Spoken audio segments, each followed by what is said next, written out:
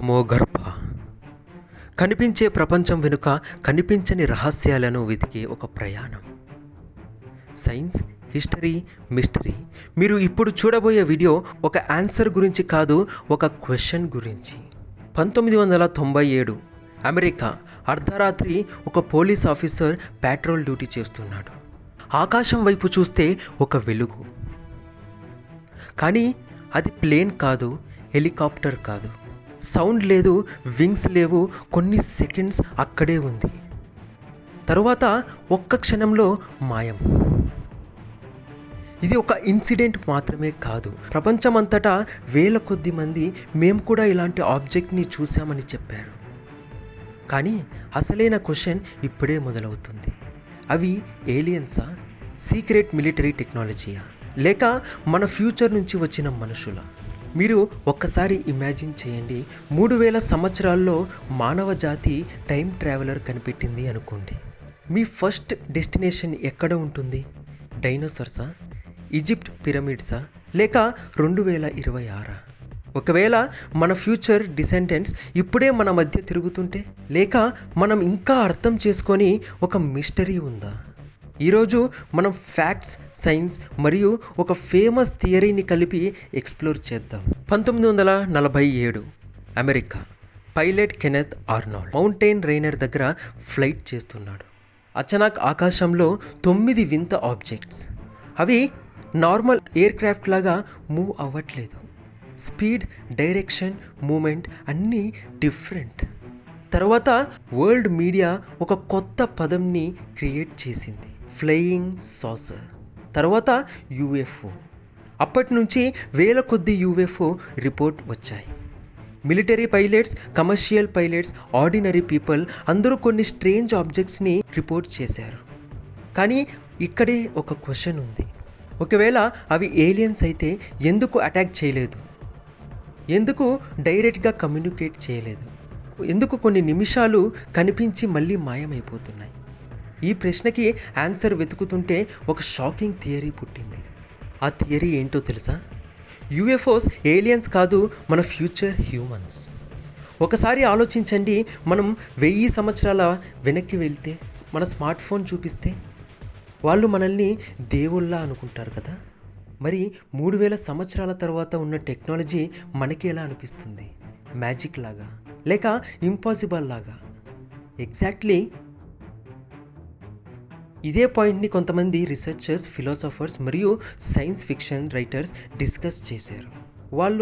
వాళ్ళ థియరీ ప్రకారం ఫ్యూచర్లో మానవ జాతి టైం ట్రావెల్ని కనిపెట్టింది అనుకోండి. అప్పుడు హిస్టరీలో జరిగిన ఇంపార్టెంట్ ఈవెంట్స్ని అబ్జర్వ్ చేయడానికి పాస్ట్కి ట్రావెల్ చేయొచ్చు. కానీ ఇక్కడ ఒక క్వశ్చన్, ఫ్యూచర్ హ్యూమన్స్కి మన టైంలో ఏం ఇంట్రెస్టింగ్గా ఉంటుంది? Answer simple. మీరు హిస్టరీ స్టూడెంట్ అయితే బుక్ చదవడం ఇష్టమా, లేక హిస్టరీని డైరెక్ట్గా చూడడం ఇష్టమా? ఫ్యూచర్లో టెక్నాలజీ ఉంటే వరల్డ్ వార్ 2ని డైరెక్ట్గా చూడొచ్చు. పిరమిడ్స్ ఎలా కట్టారో చూడొచ్చు. డైనోసార్స్ ఎలా తిరిగాయో చూడొచ్చు. మరి 2026లో మానవ సివిలైజేషన్ ఎలా ఉందో కూడా చూడొచ్చు. కానీ ఫ్యూచర్ హ్యూమన్స్ మన ముందు ఎందుకు కనిపించరు?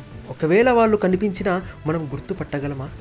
ఇమాజిన్ చేయండి, రోడ్డు మీద నడుస్తున్న ఒక నార్మల్ పర్సన్, అతను 4000 సంవత్సరాల ఫ్యూచర్ నుంచి వచ్చిన రీసెర్చర్ అయితే మీరు ఐడెంటిఫై చేయగలరా? ప్రాబబ్లీ కాదు. కానీ ఇంకో స్ట్రేంజ్ కోఇన్సిడెన్స్ ఉంది. చాలా యూఎఫ్ఓ ఐ విట్నెస్ రిపోర్ట్స్లో గ్రే కలర్ బీయింగ్స్, పెద్ద head, big black eyes, thin body ఇలా డిస్క్రైబ్ చేస్తారు. ఎందుకు? కొంతమంది ఎవల్యూషనరీ బయాలజిస్ట్ ఒక ఇంట్రెస్టింగ్ పాసిబిలిటీ చెప్పారు. ఫ్యూచర్లో టెక్నాలజీ ఎక్కువ యూజ్ చేస్తే ఫిజికల్ వర్క్ తక్కువ అయితే బాడీ షేప్ మారొచ్చు అని, బ్రెయిన్ డెవలప్మెంట్ మారొచ్చు అని, ఐస్ లైటింగ్ కండిషన్ని అడాప్ట్ అవ్వచ్చు అని. కానీ ఇది ప్రూవ్ అయిందా? లేదు. ఇది కేవలం ఒక స్పెక్యులేషన్ మాత్రమే. కానీ క్వశ్చన్ మాత్రం అలాగే మిగిలిపోయింది. ఎందుకు చాలా ఐ విట్నెస్ డిస్క్రిప్షన్స్ ఒకేలా ఉంటాయి?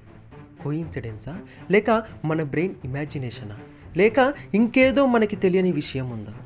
ఇక్కడే ఈ మిస్టరీ ఇంకా డీప్ అవుతుంది. ఎందుకంటే ఫ్యూచర్ హ్యూమన్స్ థియరీ సపోర్టర్స్ ఇంకో పాయింట్ చెప్తారు. వాళ్ళు అంటారు, ఒక టైం ట్రావెలర్ హిస్టరీని మార్చకూడదు. ఎందుకంటే ఒక చిన్న చేంజ్ ఫ్యూచర్ మొత్తం మర్చిపోవచ్చు. మీరు యాక్సిడెంటల్గా మీ ఓన్ గ్రేట్ గ్రాండ్ ఫాదర్ని కలుస్తారు అనుకోండి, హిస్టరీ చేంజ్ అయ్యే ఛాన్సెస్ ఉందా? సైన్స్ ఫిక్షన్లో దీన్ని బటర్ఫ్లై ఎఫెక్ట్ అని పిలుస్తారు. అంటే ఒక చిన్న డెసిషన్ ఫ్యూచర్లో పెద్ద ఇంపాక్ట్ని క్రియేట్ చేయొచ్చు. కాబట్టి ఫ్యూచర్ హ్యూమన్స్ వస్తే అబ్జర్వ్ చేస్తారు, రికార్డ్ చేస్తారు, కానీ ఇంటర్ఫియర్ అవ్వరు. కానీ ఇది నిజమైతే ఎందుకు కొన్ని యూఎఫ్ఓ సైటింగ్స్ మిలిటరీ బేసెస్ దగ్గరే ఎక్కువగా రిపోర్ట్ అయ్యాయి? ఎందుకు న్యూక్లియర్ ఫెసిలిటీస్ దగ్గర స్ట్రేంజ్ సైటింగ్స్ ఉన్నాయని కొన్ని రిపోర్ట్స్ చెప్తున్నాయి? హిస్టరీలో ఇంపార్టెంట్ ఈవెంట్స్ని అబ్జర్వ్ చేస్తున్నారా, లేక అదంతా కోఇన్సిడెన్సా? సైన్స్ దగ్గర ఇప్పటివరకు డెఫినెట్ ఆన్సర్ లేదు.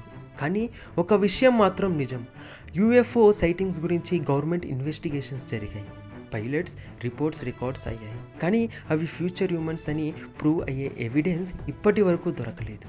మరి ఫ్యూచర్కి ట్రావెల్ చేయడం సైన్స్ ప్రకారం పాసిబలా, లేక ఇదంతా సినిమా కథేనా?